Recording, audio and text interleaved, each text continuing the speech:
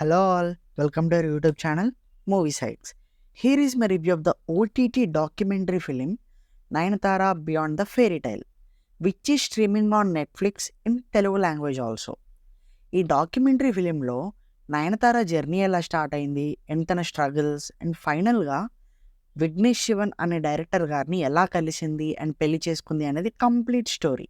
ఇందులో మనకు తను యాక్ట్ చేసిన మూవీస్ అన్ని చిన్న చిన్న క్లిప్స్గా and every actors and directors తనతో ట్రావెల్ చేసిన మూమెంట్స్ని షేర్ చేసుకుంటూ కనిపిస్తారు. కొంచెం ఓవర్ స్క్రిప్టెడ్ అనిపించింది కానీ పర్లేదు, చూడొచ్చు. ఇంకా వర్స్ట్ అనిపించిన సిచ్యువేషన్ ఏంటి అని అంటే నాగార్జున గారి డబ్బింగ్. అరే బాబు, ఆయనకి తెలుగు వచ్చు, ఇంత బాగా మాట్లాడతాడు కదా, దానికి కూడా డబ్బింగ్ కొట్టేసరికి ఎంత వర్స్ట్గా అనిపించిందంటే ఇట్స్ ఓకే.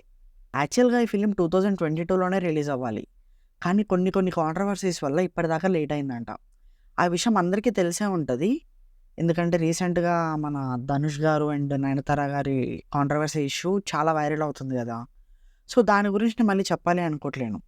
సో ఈ డాక్యుమెంటరీ ఫిలిం చూడొచ్చా అని అడిగితే, నయనతార ఫ్యాన్స్ ఎవరైనా ఉంటే తన జర్నీ ఎలా అయింది అండ్ తను ఎలా ట్రావెల్ చేసింది అని తెలుసుకోవాలనుకునే వాళ్ళు చూడొచ్చు.